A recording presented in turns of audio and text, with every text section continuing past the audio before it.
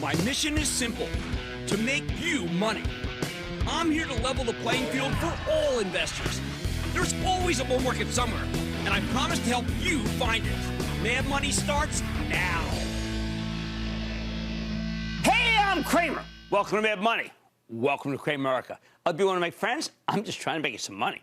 My job is not just to entertain you, but to educate and teach you. So call me at 1-800-743-CNBC or tweet me at Jim Cramer.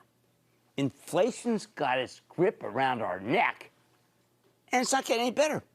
That's true even on a good day like this, where the Dow ultimately gained 194 points, the S&P advanced 0.95%, and the Nasdaq jumped 1.62% as the snapback from last week's brutal pummeling continues. I'm always pointing out that the major problems come down to supply chain disruptions, a labor shortage, the war in Ukraine, and the lockdowns in China. But I think the blame for inflation might go further than that. There's another reason we have all these supply shortages. Our government doesn't have a productive relationship with big business. Like it or not, big business has the ability to rein in inflation, but they don't have any incentive to do so. There's no rapport, zero, with the White House for most execs in this country. Classic example, energy. Today, important executives from the oil industry met with Energy Secretary Granholm about curbing the high price of gasoline. We want that, right? It was an important meeting because even as President Biden has correctly blamed much of the increase on Vladimir Putin and his war of aggression in Ukraine, he seems to hold genuine scorn for the oil industry. He's been adamant they need to pump more and stop gouging the American people, to the point where he accused ExxonMobil of making more money than God. Putting aside the possibly sacrilegious point of order that maybe Exxon really had a better year than God, that one comment kiboshed any chance that U.S. oil producers would lift a finger to get gas prices under control. It was completely gratuitous. The blowback I have heard from behind the scenes has shocked me. These oil folk actually thought they had a chance to work out a plan with Biden to lower prices. Why is that? Well, first, as David Faber demonstrated with his unbelievably good documentary last night, Exxon at the Crossroads, even this company, long a climate change denier, is working very hard to reduce its carbon footprint, yet they're not getting any credit for it from the White House. While it's a good first step that Granholm sat down with these executives, the truth is President Biden seems more comfortable negotiating with the oil gangsters who run Saudi Arabia. This is a country he called a pariah state after its crown prince ordered the murder of a journalist who worked for an American news outlet. But Saudi Arabia can't really help here because we don't have a shortage of crude oil. We have a shortage of refining capacity. And without a friendly administration in the White House, the oil industry is very reluctant to spend fortunes building new refineries, which are very expensive and take forever to complete. Why take the risk when they're already printing money? And this president could order, maybe down the road, a refinery shutdown just purely on environmental grounds. Hey, they did it to almost completed pipelines. Right now, we desperately need more refining capacity to bring gasoline prices down. Yet, at the same time, you probably don't know this, but the giant chemical company LyondellBasell has a colossal Houston refining facility that can refine 268,000 barrels per day. And do you know the firm's planning to close it by the end of next year? Why? It can't find a buyer. Well, that's because it needs to put in, any buyer needs to put in at least $1 billion plus in capital expenditures to have it maintained. Also, this plant requires heavy crude to run. They used to get it from Venezuela. They were planning to pipe it down from Canada via the now canceled Keystone Pipeline. Without that heavy oil from Canada, there's just not much reason to keep this refinery open. You need government intervention to make it run. I doubt Biden will allow a pipeline with Canada, but maybe he's willing to get friendly with the communist regime in Venezuela. Similarly, the president said he wants the oil companies to do more drilling on federal leases, but they're not inclined to do so without more pipeline capacity to bring that oil to market. And Biden's made it extremely difficult, more than any president, maybe in history, to cite these pipes. I speak to many of the people in this industry, and I can tell you that they've never felt like they've never been treated this badly, with this level of contempt. Executives don't like investing in big projects when they feel like the government's out to get them, but we need a ton of infrastructure investment to bring down the price at the pump. The oil industry is not going to lower gas prices out of the goodness of their hearts. They have a fiduciary duty to make money for the shareholders, not to bail out the American consumer.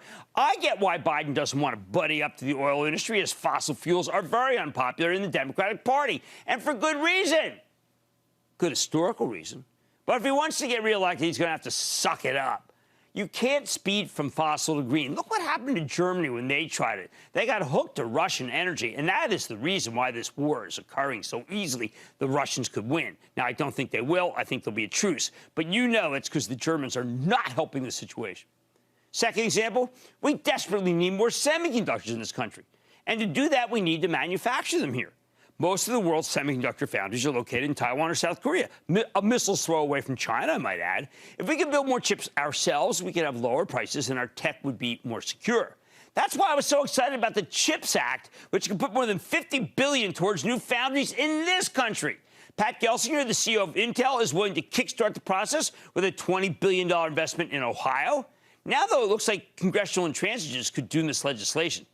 This would be a disaster for national defense, for American manufacturing, for all the people who've been employed by these foundries, could be, and certainly for the consumers.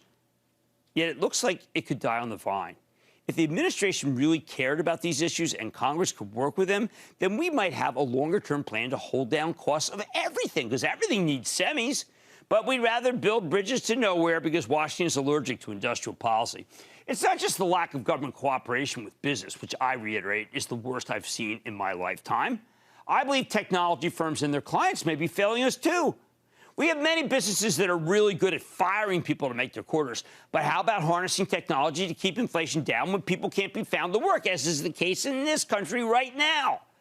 I don't want to blame the tech companies per se. For instance, we spent a lot of time with Jensen Huang. He's the brilliant CEO of NVIDIA, and he's developed technology that can take orders better than any human in 27 languages. It could be a savior of the restaurant industry, which is now desperately understaffed. How can these chains not be calling NVIDIA to figure out how to integrate this amazing technology? I give credit to ServiceNow and Salesforce.com, who, by the way, we have the latter on tonight, for what they've done to help companies deal with a lack of salespeople and data analysts. But I don't see many tech firms trumpeting software that can lend a hand here. I know that GM's Cruise division, Alphabet's Waymo, and Tesla are pushing ahead with self-driving cars, which would theoretically help the labor shortage if they can ever make it happen. But state and local governments are fearful of self-driving accidents, even as we know empirically that there are way more accidents per mile by human drivers than there are by self-driving cars. GM just started a self-driving program in San Francisco. I salute Mary Barr for that. If the data is as good as I've seen, government should be working to both support the safer machines and help subsidize even long-haul self-driving trucks, a major source of higher cost of the system. Look, maybe it's as simple as business connecting with tech. McDonald's calling NVIDIA. Biden saying, OK, I'll sit down with the oil guys. I guess I have to. Someone in Congress who's powerful saying we just can't lose on this CHIPS Act. But at the bottom line here right now, at this point, I'd be more willing to bet on the odds of a truce in Ukraine after Russia gets the Donbass than CEOs breaking bread with Biden administration on just about anything. Spencer in California. Spencer. Booyah, Cramer. Booyah, Spencer. What's happening? I'm doing real well. So I'm wondering, with X-Share back and summer vacation in full swing, do you see any summer loving for Uber? Down here, I'm not going to go against Uber. I mean, look, this is a really well-run company. And they just have driver shortages, but they're going to deal with that. I think this stock is 5 points down and 15 points up. That's the way I look at it. I just can't see it going down more than 5. It could, but I just don't see that. Let's go to Alan in California. Alan. Hi, Jim. Alan from California, formerly from Cheltenham. Oh, get out. An Eagles We always fan. crush Cheltenham and everything. So, in everything. I personally beat them in everything. What's up? So my question is, since J.P. Morgan Chase has established itself, in Philadelphia and Pittsburgh, do you think that Chase is going to be interested in the middle of the state, in particular Harrisburg? Too small. J.P. Morgan likes the big markets. Now, I've got to tell you, there is a pecking order. My favorite is Wells Fargo. We just got the stress test. Wells is fine. I like Bank of America, too. J.P. Morgan's third. Jamie Dimon can always come on and tell me why that is the wrong pecking order. Let's go to Nass in Florida. Nass. Go ahead, Nass. You're up. It's Jim. Nas. I'm sorry if I'm mispronouncing it. Sna? Nas? Okay. This is my fault. I'm probably mispronouncing Nas's name, and I apologize. We're not getting it. We're not getting. Okay, I'm sorry about that. So anyway, we're going to wrap here.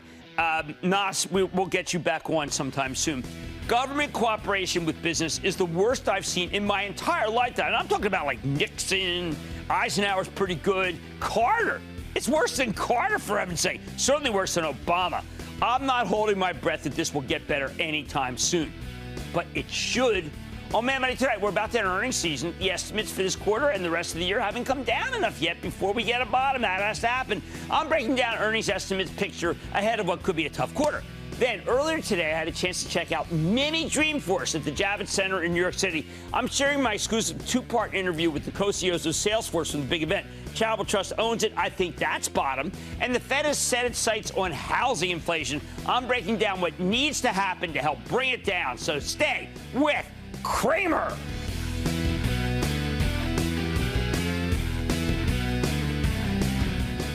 Don't miss a second of Mad Money. Follow @Jim Cramer on Twitter. Have a question? Tweet Cramer. #MadTweets.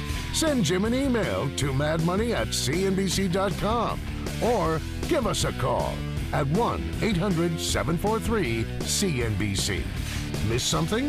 Head to madmoney.cnbc.com.